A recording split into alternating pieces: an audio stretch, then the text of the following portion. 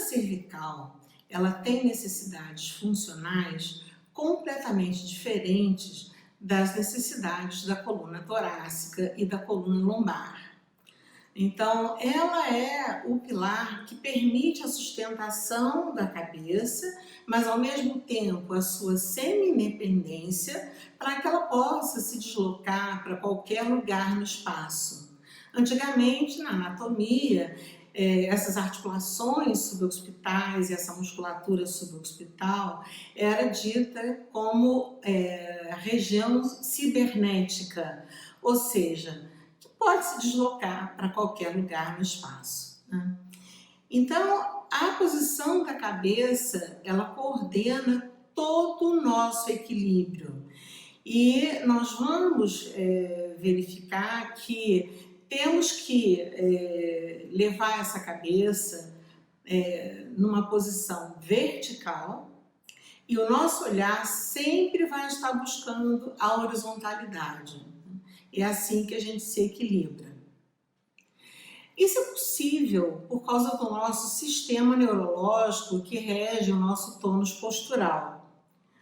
O sistema labiríntico vestibular controla a verticalidade e o circuito reflexo óculo-céfalo-motor controla a horizontalidade. A visão foveal, ela vai fazer uma contração da musculatura do reto interno e do reto inferior, promovendo a convergência, e isso vai fazer com que nós focalizemos um ponto e por causa disso nossa cabeça se desequilibra e nós desequilibramos o tronco e daí promovemos a marcha. Já como uma situação de função estática, nós vamos utilizar a visão panorâmica. Então, a visão panorâmica, ela vai promover a contração do reto lateral e do reto superior e eles vão promover a divergência. Então, vão buscar a horizontalidade do olhar. Quando nós marchamos, a projeção posterior da cabeça é que vai fazer também uma interrupção da marcha, né? Então, para que o indivíduo se permaneça em equilíbrio, tanto na estática quanto na dinâmica, ele precisa da atuação do olhar. Para realizarmos uma rotação da cabeça, se necessitamos olhar para um lado, então, para eu olhar para o lado direito, eu vou contrair o reto lateral do olho direito e o reto medial do olho esquerdo. E esse olhar vai me permitir um campo visual. Se eu quero aumentar esse campo visual, eu tenho que utilizar a musculatura que promove a rotação da cabeça. Então, com a rotação da cabeça, eu promovo um aumento do meu campo visual e daí consigo me estabilizar melhor em rotação. E a mesma coisa vai acontecer para o outro lado, né? Na torácica e na lombar, a função estática e a função dinâmica, elas vão se adaptar à posição de deslocamentos da cintura pélvica e do sistema ascendente. O sistema postural fino, na região cervical, ele vai ser facilitado por uma divisão anatômica e fisiológica bem distinta. Então, anatomicamente, o esqueleto, né, da coluna cervical, ele é classificado por dois tipos de vértebras. Vértebras atípicas e vértebras típicas. As vértebras atípicas são a C1, a C2 e a C7. A C1 ela é denominada Atlas, em homenagem ao guerreiro titã Atlas, né? Ele foi um guerreiro que quis tomar o trono de Zeus, né? Só que essa ousadia, né, do Atlas não conseguiu vencer o deus da guerra, né, o Zeus, né? Então ele se confrontou, Zeus ganhou a guerra e obrigou o Atlas a carregar o globo celeste nos ombros para o resto da vida, né? Para sempre. Então, essa vértebra C1, né, ela também tem essa função de sustentação desse globo, né, que é a cabeça. O Philippe Souchard, ele tem uma imagem que ele coloca, né, como se fosse uma bola em cima de um prato, sustentado por uma vareta, né? Então, a bola seria a cabeça, o prato seria a C1. Então, a C1, ela tem essa função de manutenção, de sustentação dessa cabeça, né? E de permitir que essa cabeça se equilibre em relação também aos deslocamentos do corpo. A C2 é a axis, né? Então, a axis, ela é uma vértebra que é responsável pelo eixo. Axis quer dizer eixo. Então, C2 é a vértebra responsável pelo eixo. É por isso que traçamos o eixo de gravidade do corpo a partir do processo odontoide de C2. Então, essa forma de fazer essa medição, né, vai também nos permitir verificar quais são as regiões do corpo que estão se afastando do eixo de gravidade. Essas regiões, elas vão fazer, né, um excesso de carga em relação não só à parte articular, mas também à parte muscular. E sempre nós vamos ter, né, como se fosse um imperativo, né, retornar para o eixo de gravidade. Então, nós temos essa situação sempre na coluna vertebral ou então em qualquer articulação do nosso corpo. Nós sempre vamos tentar nos aproximar do eixo de gravidade.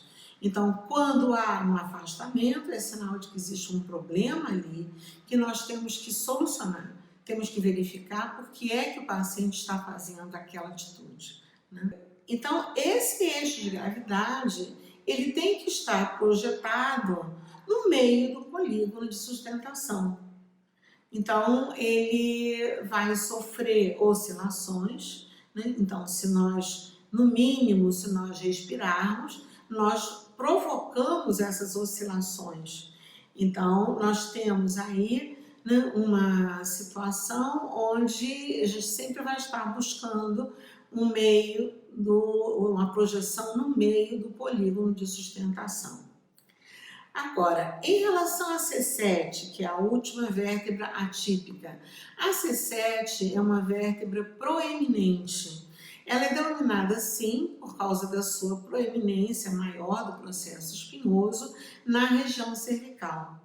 Só que a T1 é mais proeminente que ela e a C6 é menos proeminente.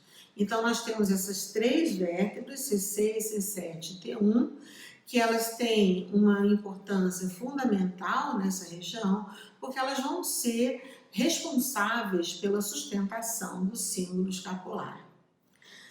Agora, voltando para a cervical. As vértebras típicas são a C3, a C4, a C5 e a C6. Essas vértebras, elas vão formar, né, a lordose cervical. Então, nós temos aí como vértebras mais centrais, são as C4 e a C5, elas têm uma característica específica de um processo espinhoso menor e mais oblíquo, porque elas estão exatamente na região apical da curva lordótica. Então, C4 deveria ser a vértebra apical. Ela é a vértebra que tem um processo espinhoso menor e o processo espinhoso mais oblíquo, né? Então, essas vértebras, elas têm características cervicais típicas que são, em primeiro lugar, o corpo, né? O seu corpo vertebral, ele é retangular e ele tem no seu bordo lateral processos onciformes que impedem, né, que o disco intervertebral fuja, né, para essa parte lateral, né? Então, os processos onciformes, eles têm então uma função de proteção do disco intervertebral. Ele está ali naquela posição em função da sua junção com a parte esponjosa do corpo vertebral, mas também a sua localização é garantida ali, não só pelos processos onciformes, mas também pelos ligamentos longitudinais anterior e posterior. Essa situação leva, né, a uma proteção também da artéria vertebral. A artéria vertebral, ela passa pelos forames transversários. Então, esses forames transversários, eles estão, como o próprio nome está dizendo, nos processos transversos. Os processos transversos cervicais, eles são laterais. E como eles são laterais, eles têm uma possibilidade, né, de manter uma proteção osteoligamentar, né, formando um canal osteoligamentar para a passagem da artéria vertebral. E a artéria vertebral, ela vai subir para o crânio, né, e vai ter uma vascularização, ela é responsável pela vascularização dessa região do frontal para trás, né? Então, toda essa parte de centro de equilíbrio, de tônus postural, né? A parte de respiração, tudo isso é vascularizado pela artéria vertebral. Ela é muito importante, né? Já a carótida, ela fica na frente, ela também é uma artéria importante, mas ela passa pela frente da região do corpo vertebral e de transverso, né? Então, ela se localiza anterolateralmente. Ela vai ser responsável pela vascularização dessa região, dessa região frontal para frente, né? Então, o que nós podemos ver é que, se houver uma situação de excesso, né, de sobrecarga, de tensão ali, essas trações são muito importantes porque elas permitem que essa região se desloque, né, realizando um movimento, mas num excesso de força, né, numa situação estática mantida, por exemplo, uma pessoa que atende um telefone com o pescoço virado para o lado, uma pessoa que chega em casa cansado, vai se deitar no sofá, na verdade se joga no sofá e coloca a sua cabeça apoiada no braço desse sofá, né?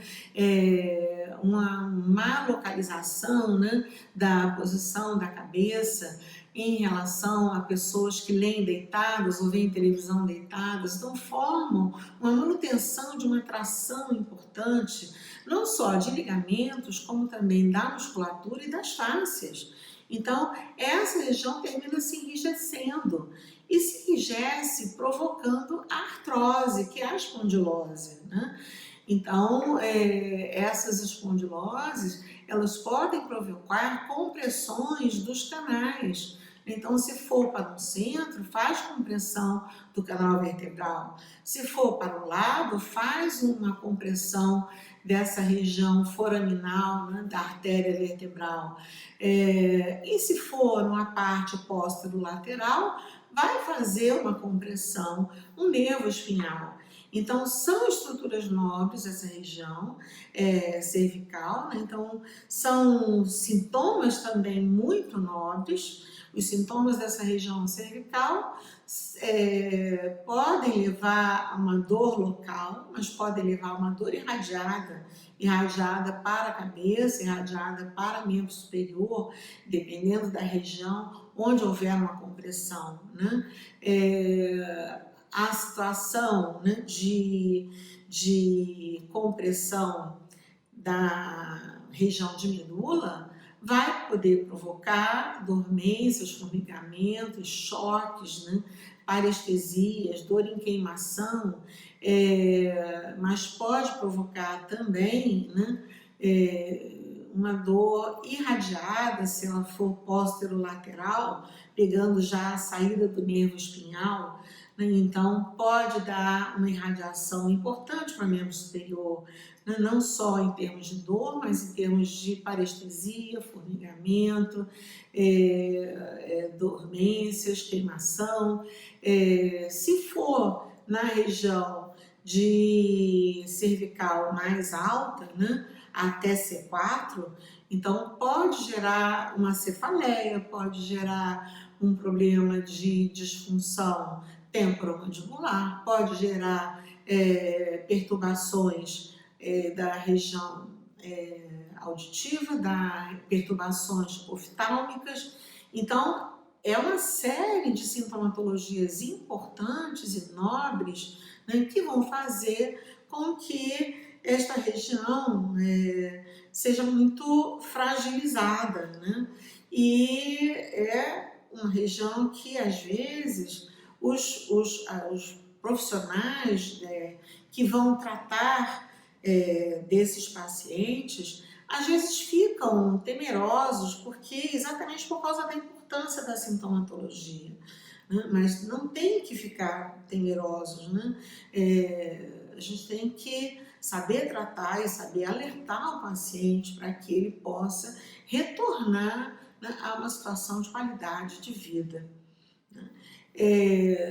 Em relação, né, à parte fisiológica, então, se eu for analisar a cervical, né, pela fisiologia, então eu tenho que analisar a parte articular. Então, a cervical, ela é uma região que se divide em duas. Ela é composta pela região cervical superior e pela região cervical inferior. A região cervical superior tem articulações que são mais horizontais, então são articulações que vão estar a serviço da cabeça, a serviço da movimentação do olhar, né, a serviço desse equilíbrio mais superior, né, e desse comando. Então, nós vamos ter uma situação onde essa região ela pode sofrer grandes interferências, né, em relação à sintomatologia, porque o paciente pode ter cefaleias muito importantes, pode ter perturbações temporomandibulares também muito importantes, assim como tonteiras, zumbidos, né, enjoos, desmaios. Então, são sintomatologias muito específicas dessa região cervical superior. Já a cervical inferior, ela está mais ligada ao plexo braquial, ou seja, a toda a inervação dessa região de pescoço, de C5 para baixo, e também de membro superior e de torácica superior. Então, o paciente que tem uma dor ou em membro superior ou em torácica superior, sempre é bom verificar também como está a cervical inferior, porque pode ser uma lesão vertebral, pode ser uma lesão articular, pode ser uma lesão muscular, pode ser uma lesão neural, né? Então, nós vamos ter, de acordo com a stomatologia, nós podemos já iniciar um diagnóstico diferencial.